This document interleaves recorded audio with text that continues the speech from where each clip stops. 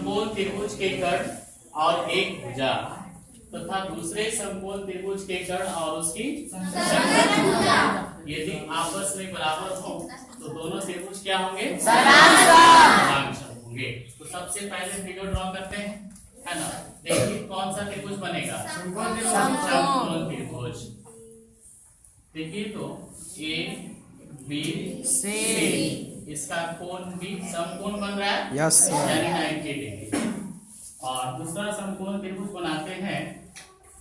देखिए यहाँ पे डी ई एफ, इसमें समकोण बन रहा है कोण ए, ठीक है। तो दिया हुआ में क्या लिखेंगे? ए बी सी तथा डी ई एफ दो समकोण त्रिभुज है जिसमें कोण बी बराबर कोण ए 90 डिग्री से बराबर होगा और कर्ण ए सी बराबर डी एफ और एक भुजा बोला है तो इस दोनों में से कोई भी एक भुजा ले लेते हैं, ठीक है। तो देखिए बी सी बराबर बी एफ इतना लिखना है दिया हुआ, ठीक है। तो इसको लिख लेते हैं, बोलिए ए बी सी तथा डी ई एफ दो समकोण त्रिभुज है। कैसा त्रिभुज है?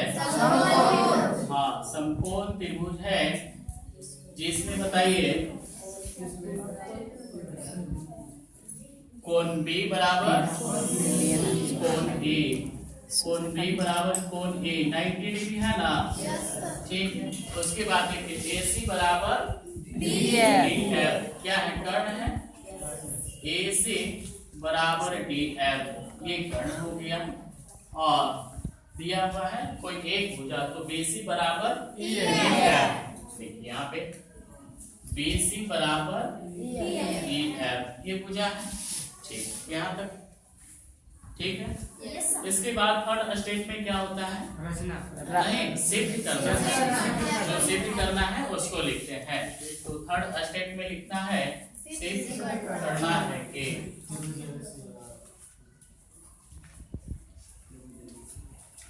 क्या सिद्ध करना है बताइए? हाँ, ए बी सी सर्वांगसम त्रिभुज त्रिभुज ए बी सी सर्वांगसम त्रिभुज डी ई एफ, ठीक है।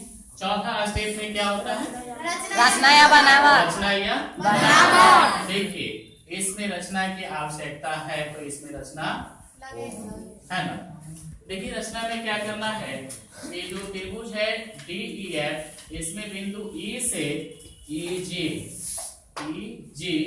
एक रेखाखंड इस प्रकार खींचा जो ए बी के बराबर है, ठीक है। ए बी बराबर ए जी और कोण ए बी सी बराबर कोण जी ई एफ।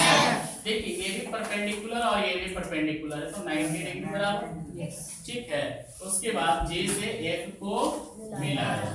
सेम उसी तरह का चल रहा है जिस तरह का हम लोग एस में किए थे रचना, याद आ रहा है ना? ठीक है।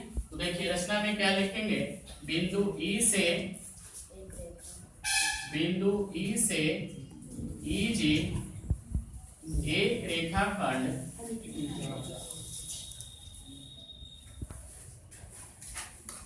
इस प्रकार खींचा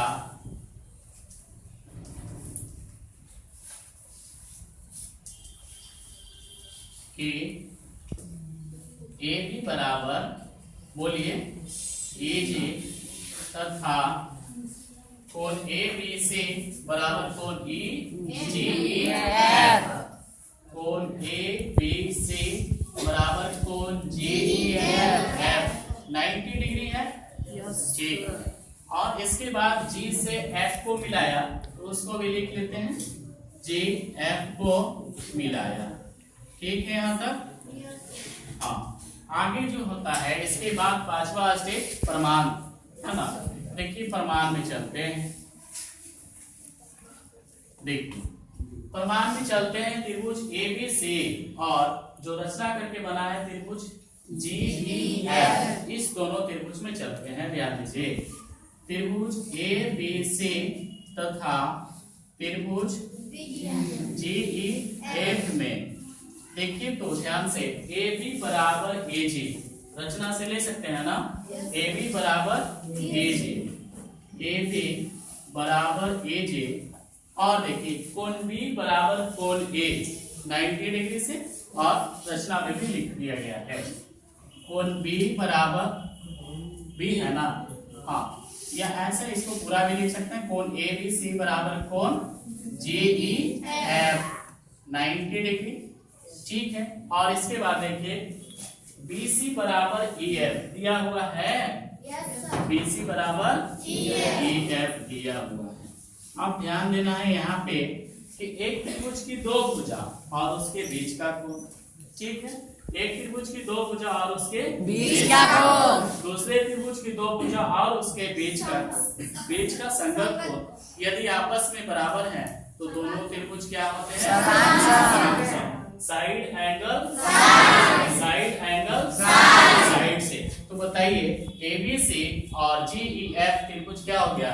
सर्वांगसम हो गया, यानी एस से त्रिभुज ABC सर्वांगसम त्रिभुज GEF, ठीक है। सर्वांगसम हो गया तो सभी अंग क्या होगा? बराबर। तो देखिए कोण B बराबर कोण E तो पहले से, तो कोण A बराबर कोण G हो जाएगा। तो लिख लेते हैं कोण A बराबर कोण G, समीकरण नंबर 1 मान लेते हैं, ठीक है। इसके बाद देखिए BC बराबर EF भी दिया हुआ है, और बच गया कौन सा साइड? AC और GF, तो ये भी दोनों साइड आपस में क्या हो जाएगी? बराबर हो जाएगी। तो लिख लेते हैं यहाँ पे AC बराबर GF ना, AC बराबर GF। लेकिन ध्यान दीजिए यहाँ पे दिया हुआ है पहले से AC बराबर DF, तो यहाँ पे लिख सकते हैं, लेकिन दिया है AC बराबर, बोलिए क्या? DF, AC बराबर DF। अब दोनों को ध्यान से देखिए तो दोनों का LHS बराबर है तो दोनों का RHS बराबर हो जाएगा। तो GF बराबर DF लिख सकते हैं। देखिए यहाँ पे GF बराबर DF।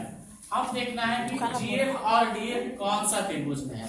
ध्यान दीजिए यहाँ पे GF और DF कौन सा त्रिभुज में? GF और यहाँ DF दिख रहा है ना, GF और DF। देखिए तो त्रिभुज FGD यानी FDG में है ना, दोनों भुजा शामिल, तो लिख सकते हैं त्रिभुज FDG में। देखिए अब त्रिभुज FDG में, ठीक है, GF बराबर है DF का, और हम जानते हैं कि बराबर भुजा के सामने का कोण क्या होता है? बराबर होता है, ठीक है। बराबर भुजा के सामने का कोण बराबर होता है, तो DF के सामने का कोण G और GF के सामने का कोण D। तो इस तरह से लिख सकते हैं कोण D बराबर कोण G, समीकरण नंबर 2 मान लेते हैं। बोलिए कोई दिक्कत नहीं। अब देखिए ध्यान से समीकरण 1 और समीकरण 2 को, दोनों का RHS बराबर है, दोनों का RHS बराबर है तो दोनों का LHS बराबर हो जाएगा, यानी कोण A बराबर कोण D लिख सकते हैं ना। तो लिख लेते हैं यहाँ पे समीकरण 1 तथा 2 से, ठीक है। तो कोण A बराबर क्या हो गया? कोण D, और जो आया उसको समीकरण नंबर 3 मान लेते हैं, ठीक है। अब आगे देखिए कोण A बराबर कोण D हो गया। अब चलते हैं यहाँ से त्रिभुज ABC और त्रिभुज DEF में, ध्यान दीजिए। अब त्रिभुज ABC तथा त्रिभुज DEF में देखिए तो कोण A बराबर कोण D अभी अभी आया है, प्रूफ करके लिख सकते हैं। कोण A बराबर कोण D कहाँ से लिखे? समीकरण नंबर 3 से, ठीक है। आगे देखिए कोण B बराबर कोण E दिया हुआ है ना, देखिए यहाँ कोण B बराबर कोण A दिया हुआ है, कोण B बराबर कोण A दिया हुआ है, देखिए दिया है। अब दो त्रिभुज है, इन दोनों में दो कोण आपस में बराबर है, तो तीसरा कोण अपने आप बराबर हो जाएगा। नहीं समझ में आया? देखिए दोनों कोण बी और कोण ई 90 डिग्री है, और त्रिभुज के तीनों कोणों का योग कितना डिग्री होता है? 180 डिग्री। और ये दोनों कोण भी आपस में क्या हो गया?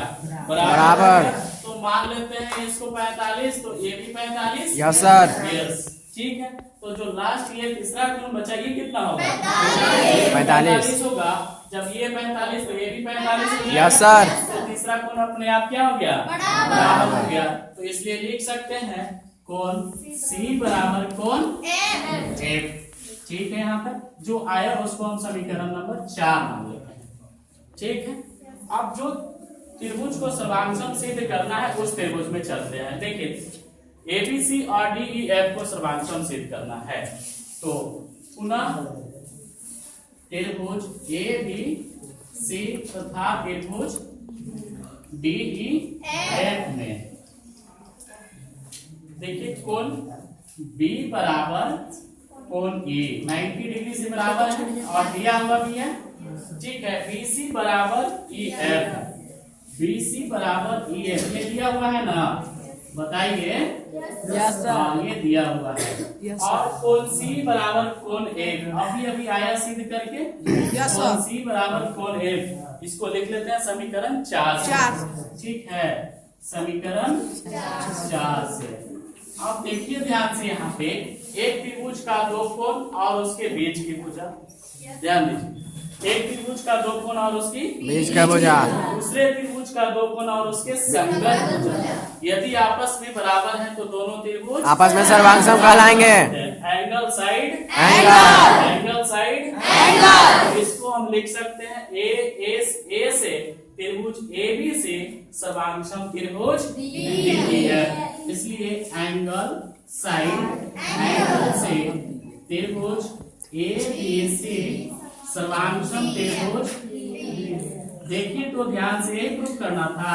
Yes sir. आ गया? Yes sir. इसी को लिख लेना है, यही सिद्ध करना था। हाँ। करना था। आई बात समझ में? Yes sir. दिक्कत नहीं। ठीक है। हाँ, अभी और बताते हैं। आपके वीडियो तो होते हैं।